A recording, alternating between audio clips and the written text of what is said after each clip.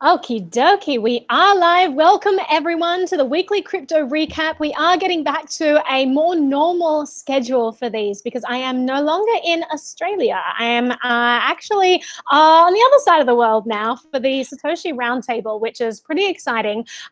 This is going to be a short recap today just because I have to go and MC the opening dinner in a few minutes. So I did want to give you an update on everything that's gone on in the news this week before that all starts. Zaphoid, welcome to the show. It's delightful to have you here and delightful to be able to have you on shows again. We had a few while I was in Australia, but it's like a 12-hour time difference, 13 during daylight savings time. So it makes it a bit awkward for everyone. But welcome. It's wonderful to have you here. Happy to be here. It's a cold Friday. I envy your blue skies.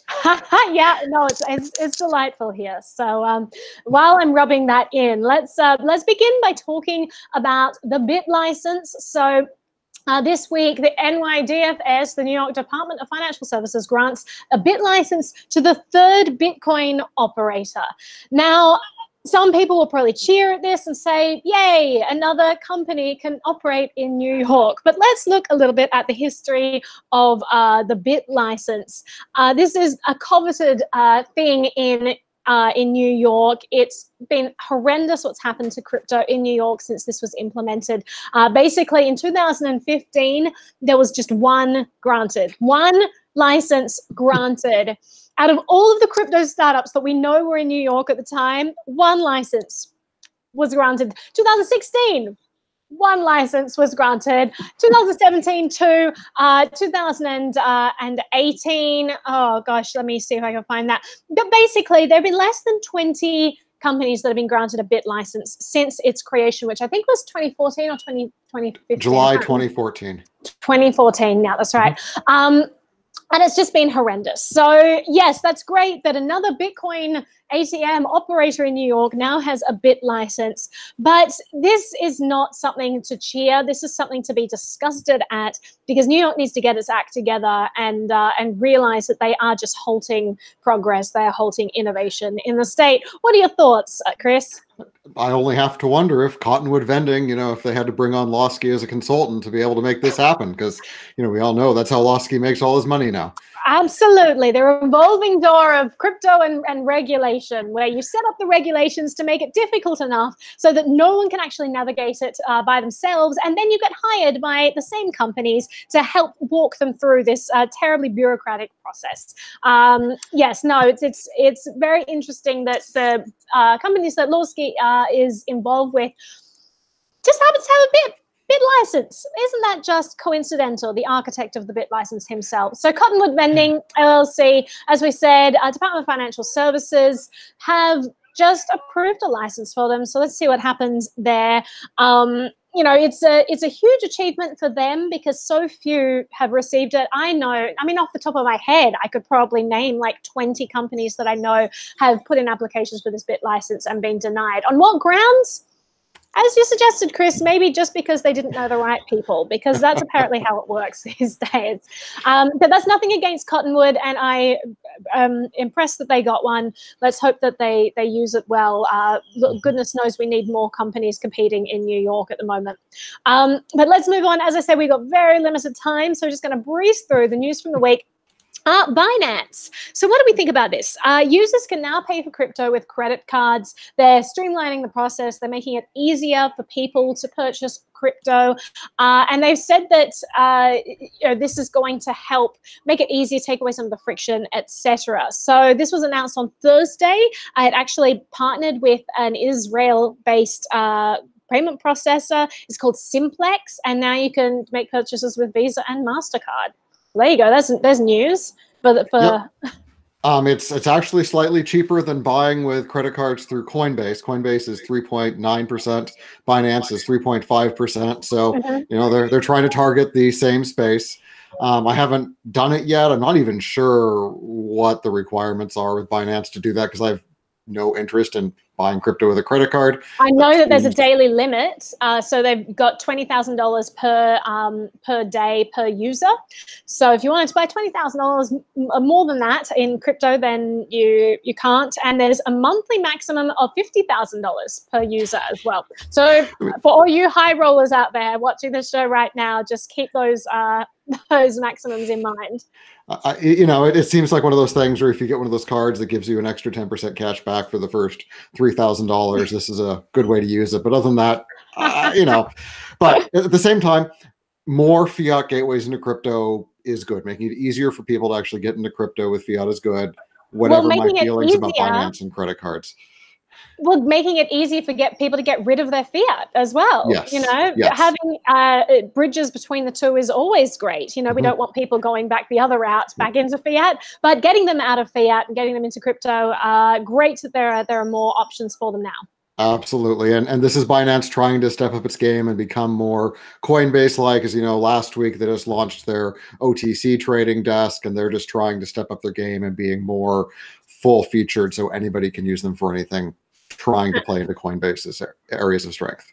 Absolutely. All right, moving on. Let's talk about South Korea for a little bit. I did a video last year. I went to South Korea for a conference and got to chat to some locals, talk about the ICOs, the bans happening there, the government regulation, how the government treats crypto there. It was really interesting. It's sort of this strange, like they're not quite sure where they stand. There were bans, they were thinking about lifting them and all of this. Well, this has been in the news this last week. So South Korea actually says that it will maintain the ICO ban. So they were considering for a while lifting it, and this would have been great because they just put a blanket ban of everything, and they did this because they found out that token projects broke the rules. Now this just seems so spiteful. It's like so if your bureaucracy comes to the conclusion that no, ICOs are okay and we will allow them, and then suddenly it's like, what? You're doing it without our permission?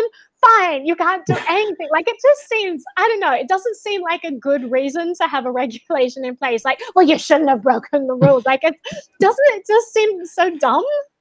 Well, it's not surprising that South Korea did this, but at the same time, we have to keep in mind the context that in the United States, the government was shut down and none of the actual IPOs could actually be launched in January because nobody was there to say, hey, it's okay, I'll hold your hands if you cross the street. So this is why ICOs were around, to try to bypass a lot of this red tape. Now, I'll fully admit that, a lot of the ICOs had no business of existing, but that's your responsibility as somebody buying it to do your due diligence. I don't believe that the government should be there holding your hands and them saying, hey, whoa, you can't do this without asking first, is just not what we want to see in this space. Seems very strange. I do hope that they change their mind. As we know, South Korea has been such a hotspot for crypto scene in general. Some awesome things happening there. For a while, the Korean won was the most traded into Bitcoin currency. It surpassed US dollars. There was a brief period there. So like they're really interested in this. So I hope that they kind of leverage that momentum and support the scene there rather than trying to put a dampener on it as the US is trying to do. And also, I mean, talking about like holding your hands, holding the hand of these companies like the IPOs and all that, like ICOs were created because the regulatory framework and traditional finance was so gummed up. People can't do anything. There are huge barriers to entry. It's hugely expensive. So this is not obtainable. It's not viable for a small company with limited capital to try and crowdfund their projects to try and raise funds publicly. And ICOs came around and became this regulatory arbitrage. So whether I think that most ICOs are shitty or not, I think that we do need to recognize that ICOs kind of came around as a solution to a really big problem. Now, I wish that regulation in the United States was voluntary. I mean, that sounds strange, right? I wish that regulation was voluntary. But honestly, I wish that people, the government would just give a check mark to things. And if people want to only use products that have the government approved check mark, then that's their choice. But if they wanted to go into riskier investments, then that's their choice as well, because people take risks all the time. And I think that's totally fine. And it should be up to the individual. And it really bothers me that, to tell people's choices when these choices were created in the first place to be a solution to existing problems that the government again created. That was good. That was a nice little rant there. That was excellent. Thank you. I try to get these rants out of my system, you know. But the important thing to realize is that all of this regulation, didn't protect us from Madoff, from Enron, from all of these things. All these things that are completely ongoing right now does not protect us from that. It's just all it is. It's putting rules so the average person can't get involved in the game where the real money is being made. That's all. And it's just a matter of another case of regulatory capture where the average person is kept out of making money and kept out of opportunities that people who already have money have. We talk about, wealth inequality or whatever, which I hate that phrase, but this is something that's contributing to it. The more regulations that our country has gotten, the more restrictive that Western society has gotten, the greater the wealth disparity. The more percentage of wealth goes to the haves and the less to the have-nots. When you remove that regulation, when you remove those barriers to entry, the more competition there is, the better prices there is, the more innovation there is, and the more people who have nothing have the opportunity to get a lot. That was great. That was a great rant to rival mine as well. We're doing well today. There's like the Chris and Naomi show where they both get really angry about government regulation. So, I mean, one of the things that they would try to protect us from is scammers, hacks, all of that. So let's move on because the Cryptopia saga continues. We talked about this before. We talked about hackers who managed to get the private keys to Cryptopia's wallets and have been extracting funds. And then they returned some funds. And it's kind of this ongoing thing. And this week, the hackers just stole another 180K in Ether from Cryptopia. So like why, I mean, did they accidentally give it back then? Because it seems like they stole money and then they returned it, a little bit of it. And now they've just stolen more. Like what's going on there? I could think of a whole bunch of ways that could happen. I could see that they accidentally created a new address in the wallet that they stole funds with and sent funds there from somewhere else. And it looks like it got sent back. Something like that might have happened. I don't really know, other than, wow. I mean, the police are involved. The police watched this happen. They actually initially thought this was Coinbase moving funds to new wallets for security when they first saw the transfer happening. And then they realized that Coinbase like, nope, this isn't us. They apparently still have access to all the stuff they had access to. I don't understand. I really don't understand how something like this happens and you don't immediately generate new keys, generate new wallets, new phrases, and move everything out of there. Because how do you know what they did or didn't get? I don't get it. But yeah, I know. So the hacker has the private keys. They can withdraw funds from any Cryptopia wallet at will, And what's fascinating is that, you can hear things going on in the background. I probably have to head down there soon. Don't start without me. I have to introduce it, guys. So one thing I do want to mention, though, is like these wallets are still being topped up. Yes, as you said, there's still money being there. Like, why wouldn't you take your money out immediately? But apparently a lot of these funds that are like topping up the wallets, it's actually coming from mining pools. So there's like automatic deposits that they probably set up and probably forgotten about. And think money's just going in there. Meanwhile, the Cryptopia hackers is like, thank you. And, taking all this money. Anybody watching this, do not mine to an exchange. Just don't do it. I don't understand why anybody did it in the first place. Don't mine to an exchange. Mine to a wallet you control and then move to an exchange when you want to sell. It's not that much harder. Just do it. Why would you send it directly to an exchange when there's 3 exchanges that I know of in January that have been having issues. And, Cryptopia is the most high profile, but we had, Quadra CX just shut down yesterday, yesterday, the 31st. So, this is going to keep happening. This is what capitulation looks like.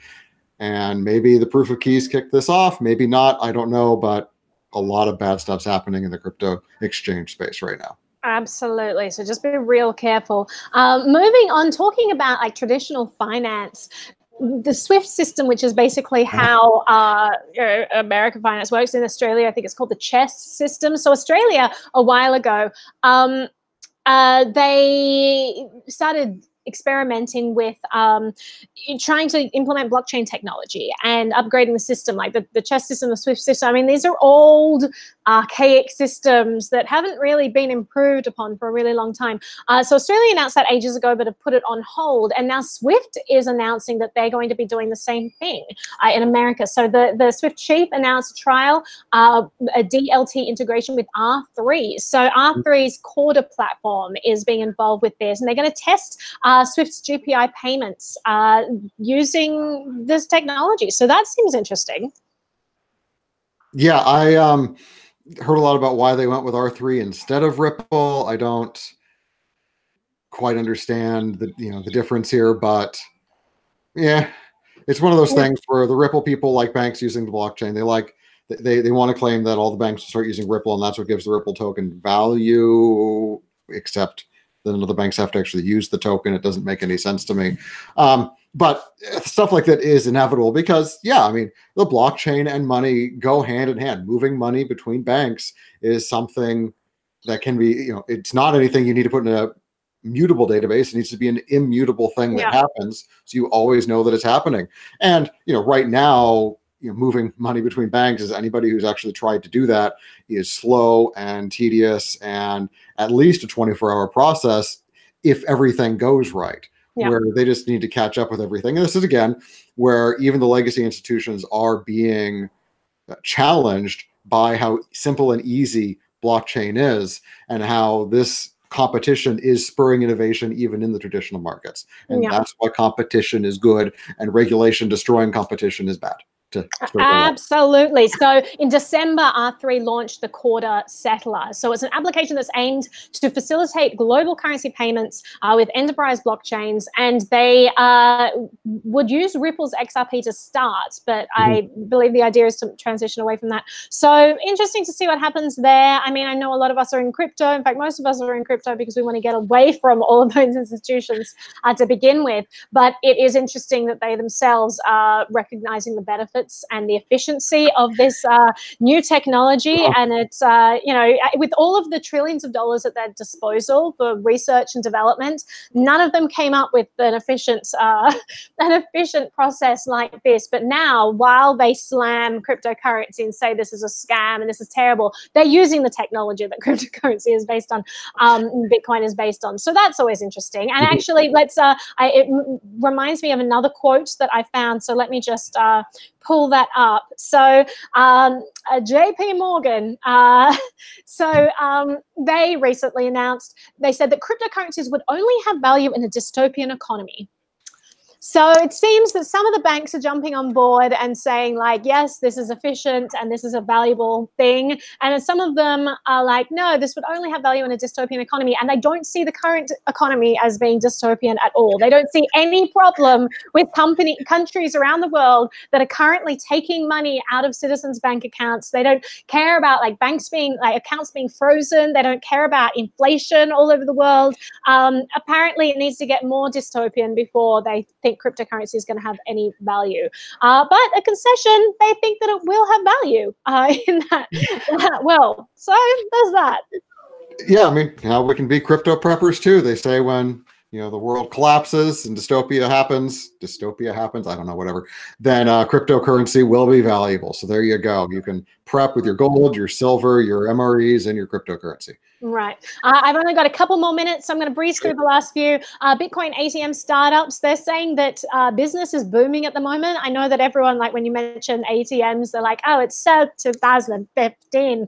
But apparently things are alive and well, being used more than ever. And they say that it's in part due to Venezuela, which is really interesting. There's Matthias Goldenhorn, probably pronounced that incorrectly, who's the director of Latin American operations at the ATM operator Athena Bitcoin, had an interview with CoinDesk, and they said that ATMs are becoming a real alternative to banks. So that's really interesting to see, especially when you have naysayers saying that, like, oh, how much is crypto actually helping people in these countries? Well, apparently some people are using them, and it's becoming a real alternative. So that's exciting. Yeah, it is. And, there's, for a lot of people, you want to get money to Venezuela, they give you their Bitcoin address. You go to your local Bitcoin ATM, deposit the cash. Sure, it's going to cost you the 5-10%, whatever the ATM charges, but they have the Bitcoin. I mean, it's just easy, and it skips all the nonsense of trying to send money the traditional ways, and it's borderless. Yay. That's the whole point, right? Yeah. So as this continues in Venezuela, and it's not over yet, it's really continuing to be quite interesting there. Interesting in the may live in interesting times way. Then I think that more and more people will try to get funds to their friends and family in Venezuela using cryptocurrency, which I hope will be helpful to them. Absolutely, I hope so too. And some new malware has just been discovered. If you're using a Mac, be careful. Always keep abreast of what's going on, all the scammy things happening there. Apparently, what's been called the cookie miner is a scam or some malware that tries to navigate past authentication processes by stealing a combination of the login credentials, text messages, and web cookies. So with this, they can gain full access to victims' like wallets, exchanges, able to steal funds. So be really, really careful. I'm not sure whether there are fixes for this at the moment. Apparently, Monero is the most popular cryptocurrency among hackers, which is interesting. But just be really, really careful. I know that McAfee's company. When I say McAfee, I don't mean the McAfee we know and love. It's sorry for McAfee, the computer security company. So they published a report in December. They showed that there were nearly 4 million new mining malware threats in the third quarter of 2018 alone. So that's a huge amount of stuff. Just be really careful when you're moving funds. If you can put things in cold storage and just not touch it, it may be in your best interest to try and deal with it as little as possible. And keep in mind this. Sorry, this particular one only affects Chrome and Safari. So if you're doing the right thing and using Brave browser, this particular one should not have affected you. Right. So just the last thing, because I probably should go right now, but quickly. Yes. So Fidelity, they're saying that they may formally launch their crypto custody service in March. They it's already gone live. Some assets under management, but apparently there's a formal launch in March with more things, offering to more people, all that. So we'll keep an eye on that. But I have to run now. So this has been short and sweet, and I appreciate all the people who've tuned in for this. I will be keeping you updated while I'm here with some really awesome people that I want to be interviewing and sending to live streams. And maybe we'll do like another crypto news thing, Chris. So I'll keep you posted on that. Otherwise, catch you all later, and great to be back in the correct time zone again. So love you all. Sayonara. Bye.